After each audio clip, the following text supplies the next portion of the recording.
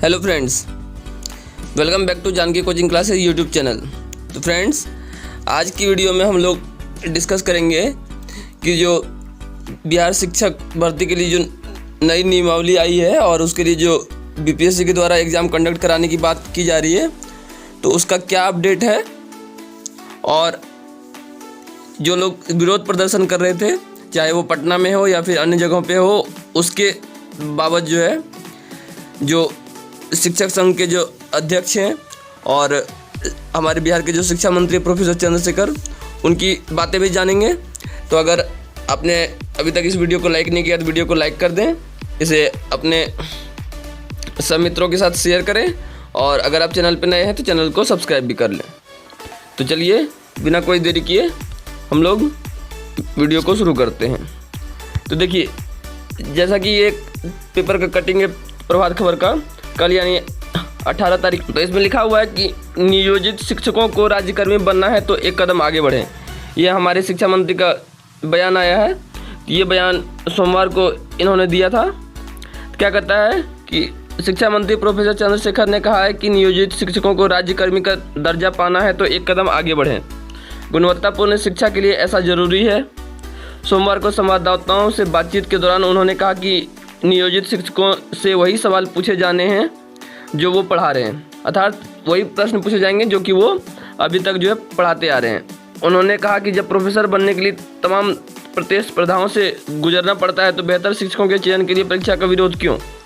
एक तरीके से इनकी बात थोड़ी सी सही है और थोड़ी सी गलत भी है। तो थोड़ी सी गलत क्यों है उस पर हम लोग आएंगे और उसके बारे में भी जो है हम लोग डिस्कस करेंगे। तो ये न्यूज़ हम लोग पहले पूरा देख लेते हैं। इसका विरोध चिंताजनक है। कहा कि जिलों से रिक्तियां आते अध्यापक नियुक्ति का विज्ञापन निकाला जाएगा। शिक्षा विभाग में 2.5 लाख से अधिक और स्वास्थ्य विभाग में 1.6 लाख नियुक्ति की जा रही है। युवाओं को खुश होकर नियुक्ति नीति का स्वागत करना चाहिए। तो देखिए, बार बार जो है शिक्षा मंत्री और जो हमारे जो मुख्यमंत्री हैं उनका भी यही बार बार जोर दे करके कहना है कि इसका स्वागत कीजिए, मतलब इसमें पार्टिसिपेट कीजिए। मतलब एक तरीके से आप ये तो कन्फर्म समझ लीजिए कि अब जो है शिक्षा विभाग या फिर मुख्यमंत्री जी कहीं से भी इस चीज़ के ऊपर वापस नहीं जाने वाले हैं। मतलब जो लोग विरोध कर रहे थे कि ये बहुत ख़राब नीति है, इसको जो है रद्द कर देना चाहिए, पुराने वाली ही स्थिति जो है मतलब रहनी चाहिए, तो वो सब तो होने से रहा। इसलिए होने से रहा क्योंकि यहाँ पे जो है हमें शिक्षा मंत्री का कड़ा रुख देखने को जो है मिल रहा है। आगे क्या कहता है, शिक्षा मंत्री ने कहा कि नियोजित शिक्षकों को नीति से बाहर नहीं किया गया है। तो जो लोग ये आरोप लगा रहे थे कि नियोजित शिक्षकों को जो है बाहर कर दिया गया, तो इस नीति से उनको बाहर नहीं किया गया, बल्कि उनमें से जो क्वालिटी वाले होंगे, जो कि एक्चुअल में डिजर्विंग कैंडिडेट होंगे, उन लोगों को जो है सेलेक्ट करने के उद्देश्य से भी एक तरीके से कह सकते हैं कि इस नीति में उनको भी जो है शामिल कर लिया गया। उनकी बेहतरी के लिए तमाम प्रयासों की बात सरकार की तरफ से कही गई है। तो मतलब जो सरकार है उनके लिए तमाम तरह के प्रयास कर रही है ताकि बिहार में जो शिक्षा की व्यवस्था है वो जो है बेहतर हो सके। अब इसी के विरोध में देखिए, यहाँ पे एक संघ के जो बिहार प्राथमिक युवा शिक्षक संघ के जो प्रदेश अध्यक्ष हैं दीपांकर गौरव, उन्होंने शिक्षा मंत्री के बयान की कड़ी निंदा की है। मतलब उन्होंने क्या कहा है कि एग्ज़ाम के ऊपर एग्ज़ाम लादना कहाँ तक जायज़ है। तो कहने का अर्थ क्या है कि इनके अनुसार बार बार जो है एग्ज़ाम क्यों कंडक्ट कराया जा रहा है। तो यहाँ पे जो प्रोफेसर बनने की बात जो है प्रोफेसर चंद्रशेखर ने जो की थी कि जब तमाम तरह की प्रतिस्पर्धाओं से गुजरना पड़ता है तो ऐसा ही जो है आप एक एग्ज़ाम यहाँ पे भी जो है दे करके और आगे बढ़िए, इसमें कहीं कोई दिक्कत की बात नहीं है। लेकिन क्या कहता है इन्होंने, यानी कि दीपांकर गौरव ने कहा है कि जैसे प्रोफेसर बनने के लिए नेट का एग्ज़ाम क्वालिफाई करना होता है, वैसे शिक्षक बनने के लिए बीपीएससी वाला एग्ज़ाम क्वालिफाई करना ही होगा। तो ये तो शिक्षा मंत्री का बयान था। लेकिन क्या था, इनको किसी ने सीटेट और एस्टेट के बारे में नहीं बताया क्या। तो दीपांकर गौरव का क्या कहना है कि क्या इनको सीटेट और एस्टेट के बारे में पता ही नहीं है कुछ भी। एग्ज़ाम के ऊपर एग्ज़ाम लादना कहाँ तक जायज़ है। उन अभ्यर्थियों का क्या जो केंद्र और राज्य सरकार के गाइडलाइंस के हिसाब से अपनी प्रतिभा के बलबूते सीटेट या एस्टेट क्वालिफाई करके बैठे। तो यहाँ पे तो यहाँ पे इन्होंने एक बहुत बढ़िया जो है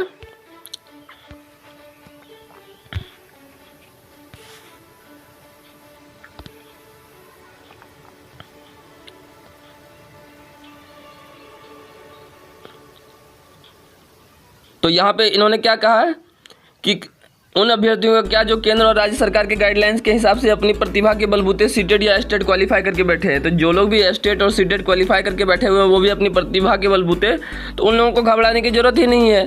जब वो सारा एग्जाम निकाल लिया तो एक और एग्जाम जो है निकाल ही लेंगे। तो ये एक तरीके से मतलब कह सकते हैं कि ठीक है, थोड़ा सा जो है मतलब उन लोगों को भी रियायत मिलना चाहिए था। लेकिन बात यहीं पे आकर के फंस जा रही है कि सारे के सारे लोग जो है उसमें मेरिट वाले नहीं है, सारे के सारे अपने जो है बलबूते, अपनी प्रतिभा के बलबूते सीटेड या स्टेट क्वालिफाइड नहीं है। बहुत सारे ऐसे भी हैं जिन लोगों ने कि गलत तरीके से इस एग्ज़ाम को जो है क्वालिफाई किया है। अब जो है उनका क्या, जिनका नाम मेरिट लिस्ट में आ चुका, तो ऐसे जो भी लोग हैं जिनका कि नाम मेरिट लिस्ट में आ चुका है, बहुत अच्छी बात है। एक नॉर्मल सा एग्ज़ाम दीजिए, आप जो है आगे बढ़ जाइएगा, इसमें कहीं कोई दो राय जो है नहीं है।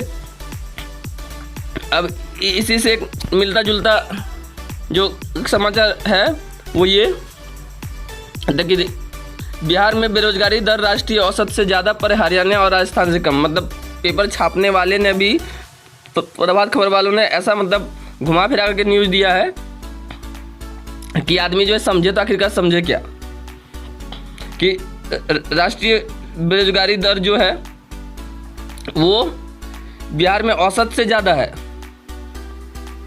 मतलब बिहार की जो बेरोजगारी दर है वो जो हमारे देश का जो राष्ट्रीय स्तर है 7.8 उससे जो है कहीं ज़्यादा है। बिहार में ये 17.6% है, जबकि राष्ट्रीय बेरोजगारी दर जो है वो 7.8%, मतलब लगभग दोगुना।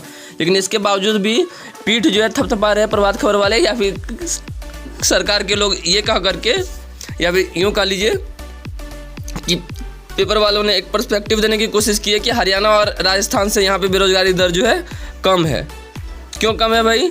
तो राजस्थान में ये आंकड़ा कितना है, तो राजस्थान में आप देख सकते हैं ये आंकड़ा जो है 26.4% है, सिक्किम में 20.7% है, कश्मीर में 23.1% और हरियाणा में 26.8% है।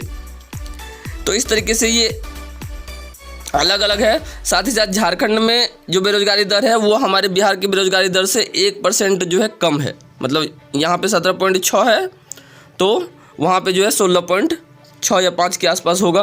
तो इस तरीके से हम लोग देख सकते हैं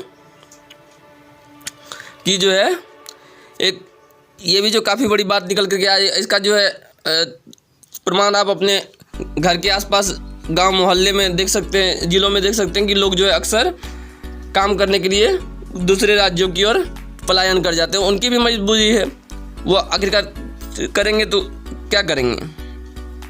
और जो सबसे कम बेरोजगारी वाले जो राज्य हैं उनमें से उत्तराखंड और छत्तीसगढ़ में 0.8 रही है, पुदुचेरी में 1.5%, गुजरात में 1.8%, कर्नाटक में 2.3% और मेघालय व उड़ीसा में 2.6% रही है।